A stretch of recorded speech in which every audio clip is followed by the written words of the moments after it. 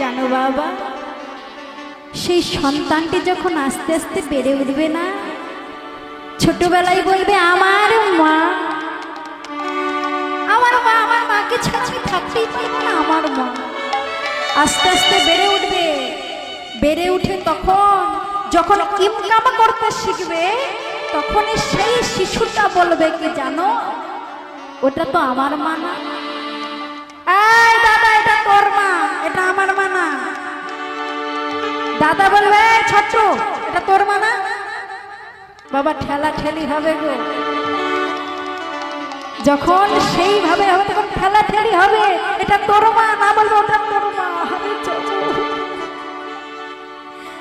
মা, আমরা ভাগাভাগ করতে চাই না তোমাকে। বলো তো, তুমি আমাদেরকে ছোট থেকে এই বড় পর্যন্ত করেছো, তোমার কত টাকা হয়েছে বলো তো? তুমি তো ছোট থেকে আমায় বড় করেছো, তাহলে বলো তো তোমার কত টাকা হয়েছে? আমরা চাকরি পেয়েছি, 1 মাসের বেতনে তোমার সব টাকা চুকিয়ে দেব। হরিব, মা বলছে খোকা, খোকা রে, তুই আমার সকল কিছু বেতন চুকাইয়ে দেবে? বেশ খোকা, তুই যদি তাই চুকিয়ে দিতে চাস খোকা রে, আমি তোর কাছে বেশি কিছু চাই না। ওরে খোকা, তোর কাছে শুধু আমি একটা রাত্রি ঘুমোতে চাই।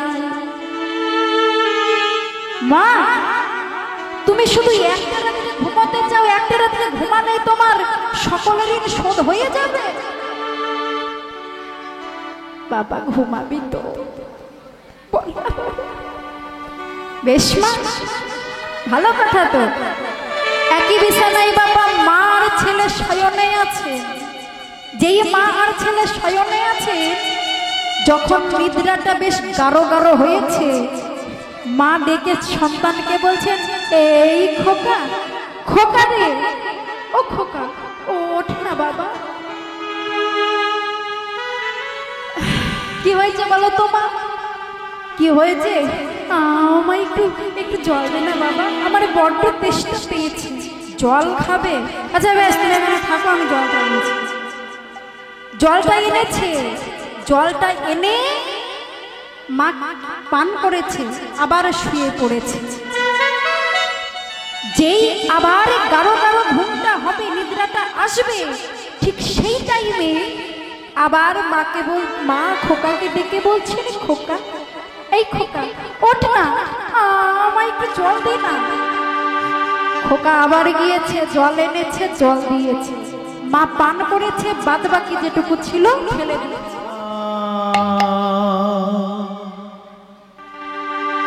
আবার একটু পরে বলছেন, খোকা, ওঠ না বাবা, গলাটা বড়ই শুকিয়ে গিয়েছে, জল দে না। মা, তুমি কি বলতে চাইছো? প্রত্যেকবার তোমায় জল এনে দিচ্ছি, তুমি পান করেছো, আবার যেইটুকু থাকছে কেন তুমি ফেলে দিচ্ছ? মা, তুমি চাইছো নাকি? সঙ্গে সঙ্গে মা বলছেন, দিদি বাবা, বেশ, এবারে কিন্তু লাস্ট, আর দিতে পারবো না। খোকা ওই জলের কলসিটা নিয়ে খাটের কাছে রেখে বলছে, এই দেখো মা, কলসি রইল, গ্লাস রইল, তোমার যখন যখন খেতে ইচ্ছা হবে তুমি পান করবে, আমাকে আর ডিস্টার্ব করবে না। খোকা কি করেছে গো?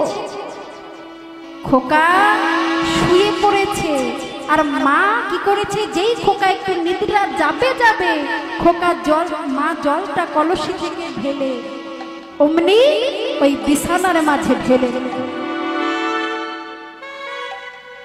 বিছানার মাঝে জলটি কলস ভর্তি জলে ঢেলে দিয়েছে। যেই কলসে ভর্তি জলটা বিছানায় ঢেলে দিয়েছে, সঙ্গে সঙ্গে খোকা বলতে লাগলো, মা,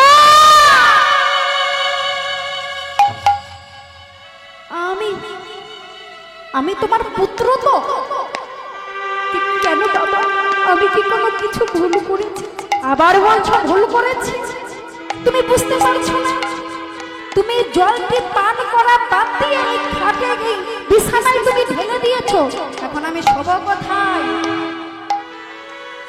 আরে পারি না যারা, সরে যাও এখান থেকে, সরে যাও। মাকে যখন অমন করে বলেছে,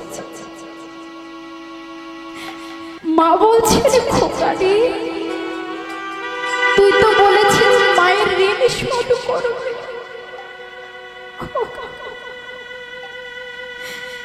তবে যদি মায়ের ঋণ শোধ করবি কেন এমন করছিস? ফিরিয়ে দে, একেবারে ফিরিয়ে দে সেই দিনগুলো, যেই দিনগুলো আমি তোকে কোলে করে নিয়ে মানুষ করেছি।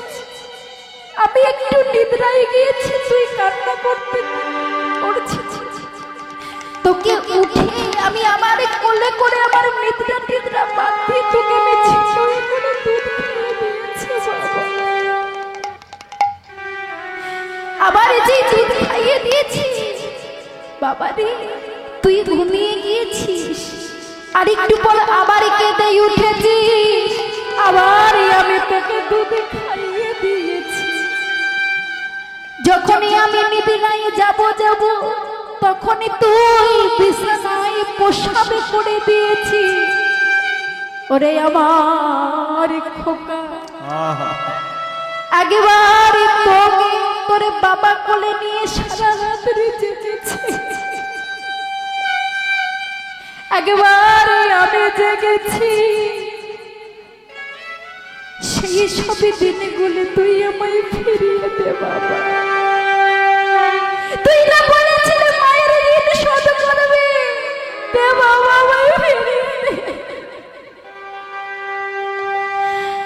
আমি জানি বাবা তুই পারবি না, তুই পারবি না সেই ঋণ শোধ করতে। তাই বলি বাবা রে, যদি আমায় কিছু দেবার হয় আজকে তোরে থেকে আমি কিছু চাই না। চাইবো কবে জানিস? কবে চাইবো জানিস? আমি যেদিন যাব চলে তোমাদেরই ছাড়িয়া,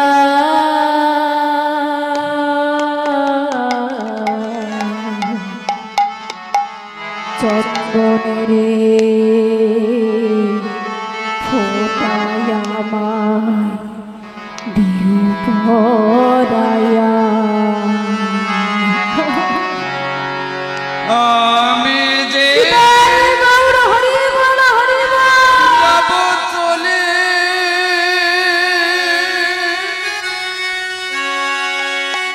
তোমাদেরই ছাড়িয়া,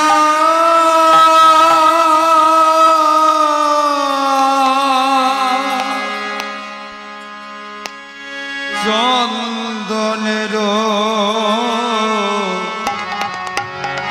ফোটায় আমায় দিও পরাইয়া। আমার ঋণ শোধ করতে পারবি না। চন্দনের ফোটায় আমায় দিও পরাইয়া।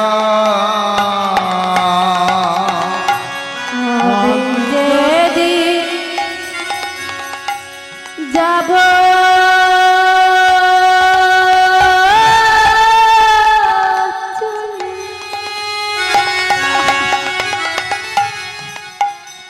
এই তোমাদেরই ছাড়িয়া,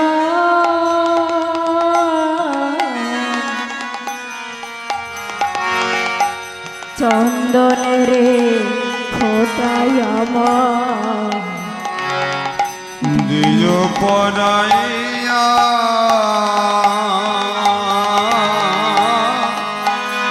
চন্দনের ফোটায় আমার দিও পরাইয়া। বাবারে আজকে হয়তো আমার দরকার লাগছে না, কিন্তু এমন দিন আসে সেদিন হয়তো আমার দরকার পড়বে, কিন্তু শুধু সেই দিন তুই ওরে সেদিন তোমরা যতই ডাকো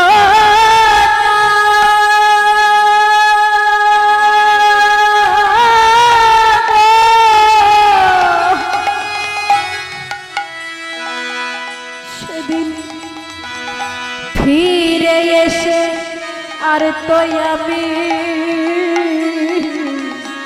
কথা বলব না। হরি বল সেদিন তোমরা যতই ডাকো না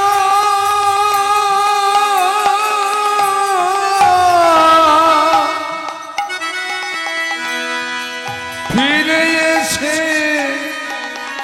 আর কোনো কথা বলিব না।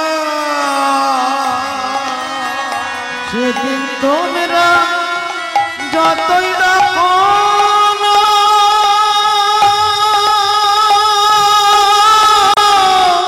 ফিরে এসে তোমাদের শোনে কথা বলবো না। রইল তোমার দালান কোঠা, রইল তোমার দালান কোঠা, রইল তোমার দালান কোঠা, আমি ফিরে যাইব না। চন্দনের ফোটায় আমার নিতাই গৌর হরি বল, হরি বল।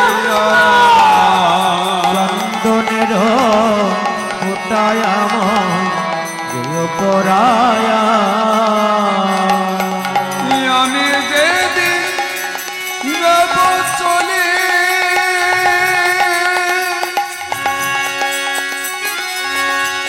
তোমাদের ছাড়িয়া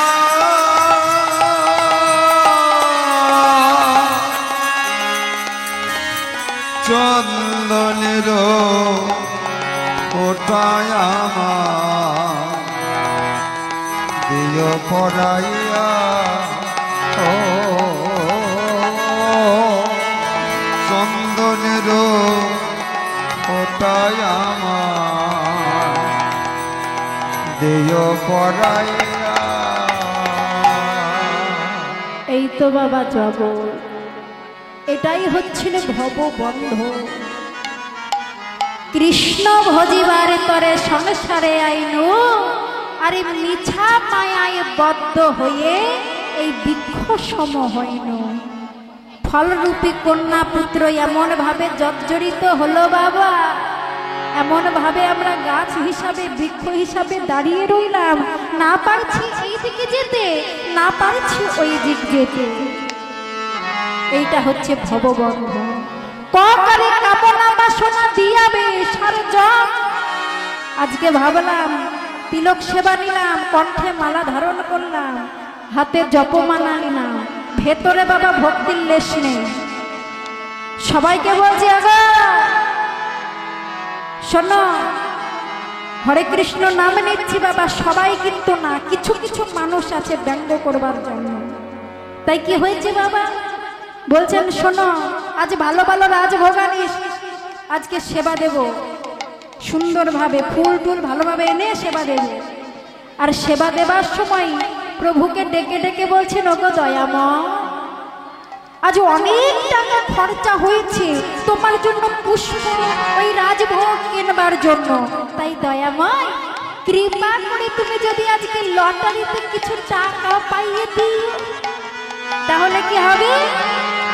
টাকা যদি পাইয়ে দাও তাহলে আমার ওই বড় ছেলেটা একটু কিছু বিজনেস করাতে পারবে।